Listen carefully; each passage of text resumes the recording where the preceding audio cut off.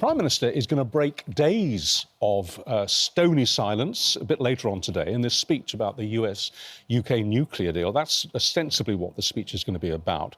What's he going to say about the Mandelson mess, or is he going to completely ignore it?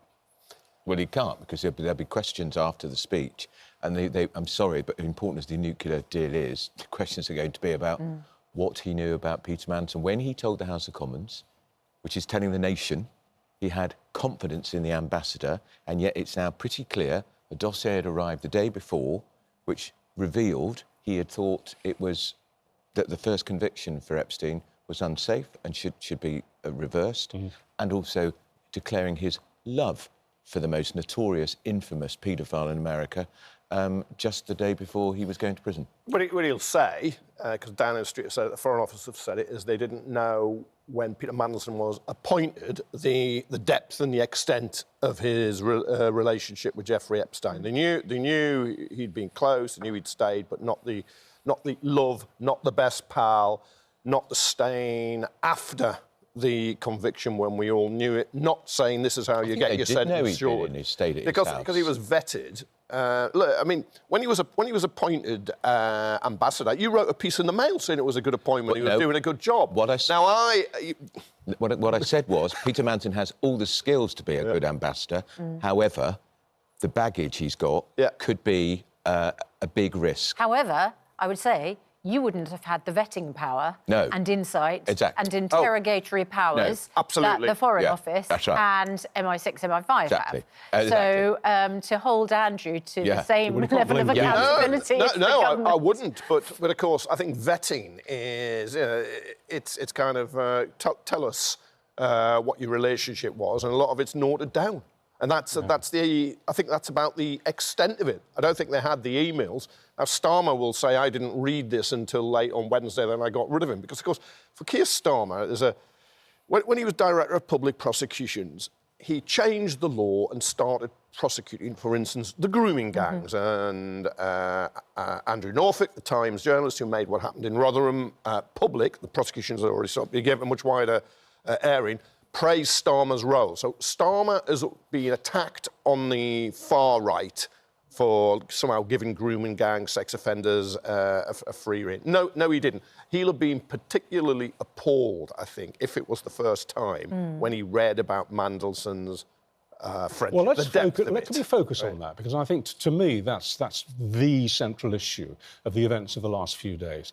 I find it very hard to believe, as do many people, and I'm not using the word liar, but I find it very difficult to believe that top people at number 10 saw those incredibly embarrassing and revealing emails that were sent by Mandelson on Tuesday, and on Wednesday the Prime Minister made a staunch defence of Mandelson, and then later said that he hadn't seen those emails until Wednesday evening.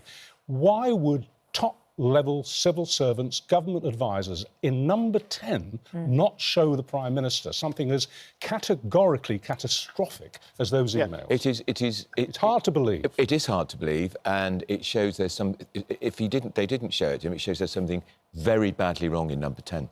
And there's been a lot of criticism about the way number 10 operates. Surely. Yeah, it is a sackable offence. I think that's true. But it's the advisers, again, who are getting all the blame. Hang on, we've got to have a leader here. Why didn't he? Why wasn't he, particularly as a former Director of Public Prosecutions, curious enough to say, I need to know everything. Before I go into the Commons hothouse tomorrow, I need to know everything. Why didn't he sit down with that? Why wouldn't they show the Prime Minister the emails? Why wouldn't they show them? I think it's because a Prime Minister has so much on. He also had... No, it is. No, you play for time, right? You're trying to get your head around lots of crises at the same time. That afternoon, he also had Isaac Herzog, the President of Israel, coming hugely controversial, and you need to be prepped for that. You've got lots of other things. But to let him go into the chamber the next day... He didn't give a resounding backing. He said he had confidence. He said which is as weak as, not even full confidence. You would think the week before, with Angelo... You can't say publicly, I have confidence. I have got you... then say, well, that's not exactly full backing. I'm not the world's greatest... Confidence is binary. You either have confidence or you don't have confidence. I clocked immediately that was not resounding. Yeah, but Kevin, that's code. And voters don't interpret code. They hear that the Prime Minister has confidence in his ambassador. Can I just say here as well, Mandelson gave an interview to The Sun where he said more embarrassing revelations that morning. You pick up the phone, don't you? That's when the Prime Minister's people should... You pick up the phone, surely, when the Prime Minister... What are you referring to? I need to know. He had all morning... He didn't go into the chamber until 12 o'clock on the Wednesday. He had 24 hours to get... I've seen how this works in other governments, Labour, Conservative, coalition, and it's because you have a lot on at the time, and you pick up the phone to Peter Mandelson, he's not going to tell you the full, horrible, terrible truth. Is he? I'm sure he didn't in the vetting. I bet you they but it was in a dossier in number 10. Those emails. Then you've got to make sure the emails are accurate. And then you think, what do your antennae prick up when you heard Mandelson saying that interview? Oh, yeah. And I'm afraid to say that there is worse to come. And it had already been pretty embarrassing. We discussed it that morning. And I thought he's finished if he stayed with him after the conviction for procuring a young woman, for a girl, which he did, prostitution, and he had. So he was also gone then. This idea but I that then picked up what the Prime Minister said, and you thought Mandelson's not going to survive. And Mandelson also thought he wasn't a paedophile; he was a swinger. God, it's disgusting. It's quite disgusting, actually, how the Prime Minister has to own this in the end. He has to own this because it was his appointment. A lot of people were very nervous about it. A lot of people said, are you sure, Prime Minister? There's a very good ambassador doing the job who could carry on doing the job. Dame Karen Pierce. Trump knew and liked her, but he decided to put a political appointment in. So what's he going to say later today, then? How is he going to try and square this? He wasn't aware. He's going to try and say he wasn't aware of the full extent of those emails. If I was him, you'd say that, and it may be true. If it's not true, he's finished. But they gambled, and the gamble has paid off bad. You could say, as you wrote, that he was doing a very good job, but nevertheless, if you've had that relationship with somebody like that, you're unfit for public office. I think he'll have to apologise and say, look, we've got it wrong. It was Peter Kyle, the business secretary yesterday, was effectively saying, well, you know, we gave it a go and it's not worked. If he sticks to his story and says that he wasn't told until Wednesday about these emails, does that automatically mean that he'll be announcing today the sacking of those responsible for not keeping him in the picture? Well, it would depend who allegedly didn't keep him in the picture, but you might have been told, and I'm jumping here, he might have been told on the Tuesday, look, there's something we're going to have to look at. He says, OK, let's do it tomorrow. Then it blows up. I mean, that's it. You get, look, anyone who's running any organisation will be handling multiple problems at any one time. Kevin, this is a week before a state visit involving the President of the United States, going to be a state banquet with the King. This is the ambassador, the bridge between Britain and the United States, and there's a devastating dossier in Downing Street on the Tuesday, and we're supposed to believe the Prime Minister didn't read it, or didn't even read a praise-seed version of it, and he then defended this ghastly man in the Commons the very next day, when he should have thrown him under a bus. That'll be why he won't instinctively have wanted to sack him, because he knew it was going to be incredibly disruptive. Does he have a reluctance to ask difficult questions? I remember last year when the Prime Minister was on this programme, and we were talking about the first housing issues with Angela Rayner. And at one stage, I remember saying to him, aren't you even curious to ask her the key questions here? Because he was simply accepting a broad statement that nothing wrong had taken place. And he looked a bit puzzled. Is he a bit averse to asking tough questions? No, I think all Prime Ministers only have so much time and so much bandwidth, and they ask questions, and sometimes you've got to take assurances, particularly from your deputies. It happens in all organisations. You know, in truth, whether you're the police or a private company. When your American ambassador the ambassador to America says, but there's worse to come, I fear. So, right, surely you ask what you mean. That is on the Wednesday morning. We become aware of that just after Tuesday night. Tuesday night, the interview was done. Yeah, but we're aware of it just after 8 a.m. And hours before he went standing up in the Commons at 12 noon. You say, well, what's happening? But the dossier you're almost certainly not going to get all the evidence to sack him in those few hours. So you sack him the following day when you've got the evidence you've read on the Wednesday evening. Bloomberg's 2,000-word dossier with all the evidence in there arrived in Downing Street on the Tuesday. The Prime Minister defended this man on the Wednesday. Why? I would also... Does Sir Keir Starmer watch the news? I would suggest... I totally appreciate, Kevin, he's got a lot on his plate. If something's the top story every single day, you may not watch Good Morning Britain, you might be listening to the Today programme or LBC, or I can tell you, it was the top story. Everywhere. And if it's the top story, I would suggest that the advice is make sure you've got all the facts on the top story, because it's definitely the thing that people are going to be asking about. Because he was going into the House, it was obvious what the first questions were going to be. And Badenoch, it was her best outing, became editorial leader, 6 questions, all about this issue. And we're supposed to believe he hadn't been made aware of what was in that dossier. What usually happens is they flick on the TV, radio, look at the front pages, and they get briefings. That's what they usually get. So he would have known it was an issue. Down the streets, not fit for purpose. President Trump tomorrow be a distraction from all this? Or will it make things worse because of the questions they're going to be asked of Trump about his relationship with Epstein? And Trump won't be very happy about that. But that's why they're locking him up in Windsor Castle and Chequers, and they want him to talk about squirrels with scouts rather than Jeffrey Epstein it's going to come to it in the end, isn't any other issue. But the questions are going to be put to him. And also, don't forget the other thing. Peter Manson isn't going quietly. Peter Manson is a vengeful type of person. I know that to my cost over the years. And has he wreaked vengeance on you? Once or twice over the years. And he will cause as much trouble as he can for the crimes because he feels he's been badly done by and should not have been fired. He is vengeful. He lobbied against me getting a job when I was at The Guardian, and I was chief reporter, and I applied to be Europe editor, and he lobbied against me, so you shouldn't send him. What's it got to do with it? I discovered this because I was told by somebody internal, so I made it public and they had to offer me the job. But then I decided not to go.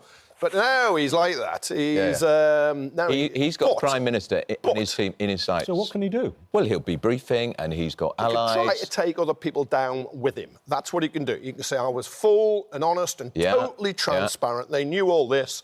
And then you can begin to name names. Oh, my goodness. So, but that's only your speculation about but we know him of old. But that's what you could do. You're right. He might calm down. He's been sacked. He didn't resign. There'll be negotiations on a payoff and the terms and so on. But that's 3 times he's been sacked now. There is no 4th big public office for him. It ain't going to happen.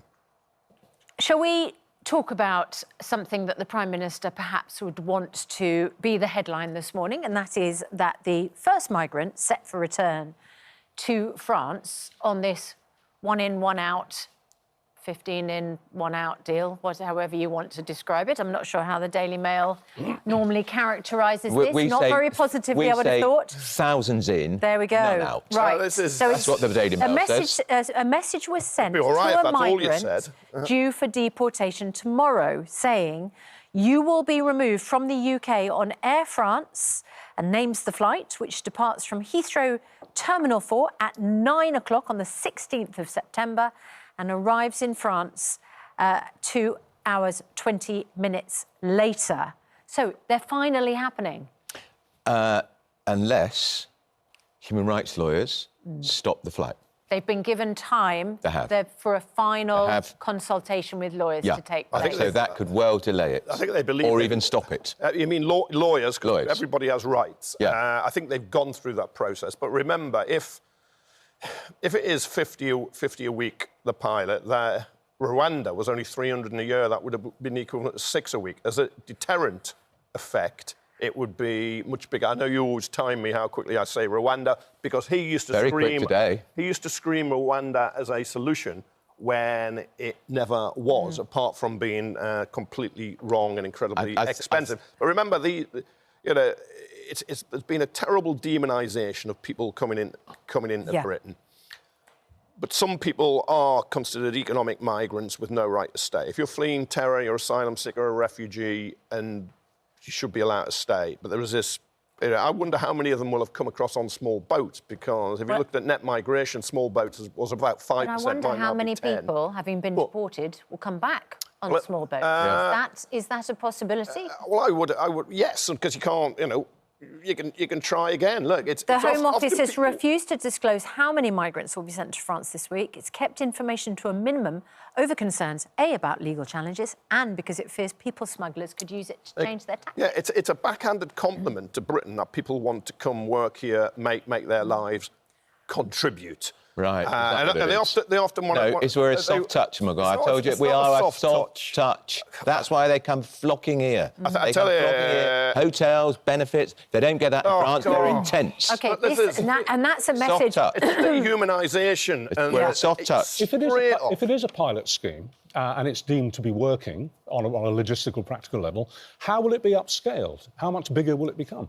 Well, we don't know. No. And the government doesn't know because it's discussing with France. Because the one in, one out is people who've come across, sometimes in a small boat, possibly not all of them, because the majority of people who are considered to be here unlawfully, if they've gone through the process, and are overstayers. You come on a visa, or you come on holiday, and you don't go back. But the people who come, they're swapped for, will be those who will be deemed to have a right to come here and stay. And about just over half the people who come on those boats, 2/3 of them come from 5 countries. And that list is topped by Afghanistan and Iran, Sudan is on it, Syria, and I think the 5th is Eritrea. Now, we know they are all war-torn, terrible countries, which our government routinely denounces.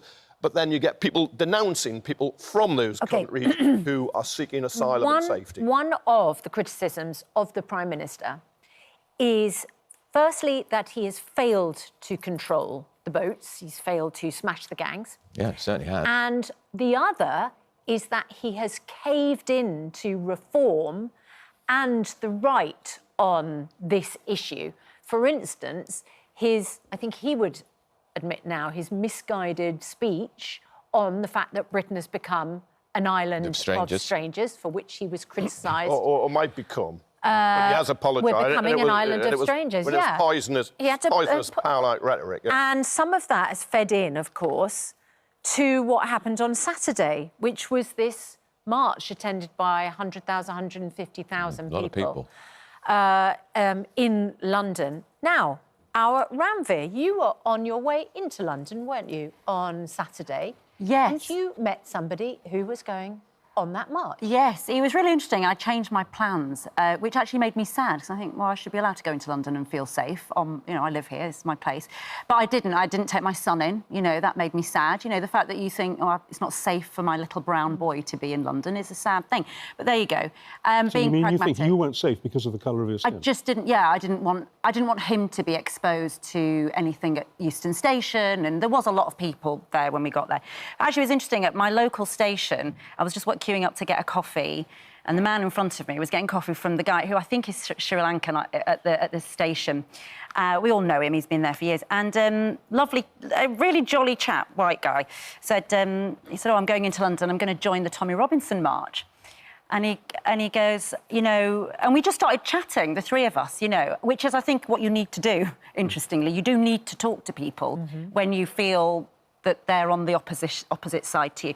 And he said, yeah. I said, actually, he said, I'm curious. I'm curious to know how fascist these people really are. And my brother's a bit more far right, and I'm keeping an eye on him today.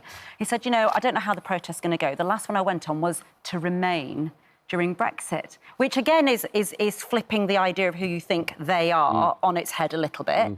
And he goes, I'm worried about illegal migration, not all migration, just, it's the illegal thing. I'm going to go along. And he sort of was very upbeat and jolly. And we laughed about, the Remain thing. Did you go for a French wine and a German beer and an Italian meal? He said, yeah, we did, we joked. And actually, it was interesting because when he left, myself and the chap at the thing, we sort of gave each other a little grimace, because I think the lovely man, I'm going to say he was a lovely man, even though he was going to a far-right march. In my opinion, you're going to support someone like Tommy Robinson. That makes me deeply uncomfortable. But the point is, you have to feel the pinch and still have a conversation with someone. And we both sort of grimaced a little bit, took a deep breath, and that was fine.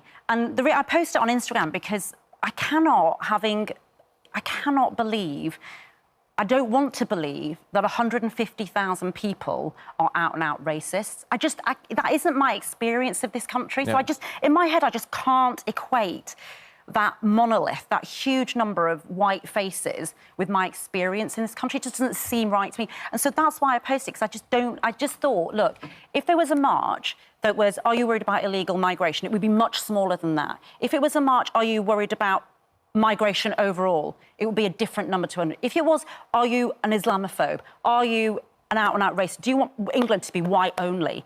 There are so many nuances in those 150,000 people, and the worry for me is that somebody who has got a concern that I might have concerns about illegal migration, right? My mum might have a concern about that, but that man feels that he's now only being heard and has to go and join the throng and then you get corralled. And I worry about othering people who join the ranks and the voice that they end up being spoken for and by is someone who is very extreme. So it was just, to me, it was the nuance of it. And it's very difficult because the point being that for someone, anybody of my colour skin today, you have to work against your instinct of fear. There was a Sikh woman who was racially raped in the West Midlands. It's being investigated. And so, you know, it's a live case, but that is out there in the public domain. She was a Sikh woman. She has given a statement about it. Her evidence to the police is, I was told, you don't belong in this country. Right? That's a live investigation. That's where we'll leave it. I'm a Sikh woman. The climate we live in makes me nervous, but you have to work against your fear. Ranveer, were you surprised at the way... Also, I'd like to know what the Church of England thinks about Christianity being evoked, actually, because I'd like to hear what they think about their faith being used. Were you surprised at the way this gentleman spoke to you at the weekend? I was... was I surprised? No, I wasn't. No. I was relieved. And it felt good to talk. And it felt good to talk to him because I think it confirmed my desire to believe that people feel frustrated, but that doesn't mean they despise anybody who's brown. Or black. My son, my youngest, who's white, had a different experience. Of course. He was getting a train out of London to go, and there was a group who'd been on the march who were intimidating everybody else on the train with their loud, aggressive talk, saying it was fantastic to be in the most white event ever in London. We're not racist, and them being absolutely filthy racist. But of course, not everybody on that march. Not everybody on that march is far right. It's the biggest far right event ever organised in the UK. And I just wish people, if it happens again, would think more carefully. If they don't fully believe in what the likes of Tommy Robinson's saying, please don't allow your body to be counted in one of those numbers. Swept along by because it gives the impression that we've got millions of racist people in this country. I just don't believe that. No. It's incumbent upon the political parties to be able to articulate and represent the views of voters in a legitimate way, that they're not driven towards Tommy Robinson. And a lot of these people, but they haven't got a voice. That's why they join these sort of marches. But there are some political parties that feed on this.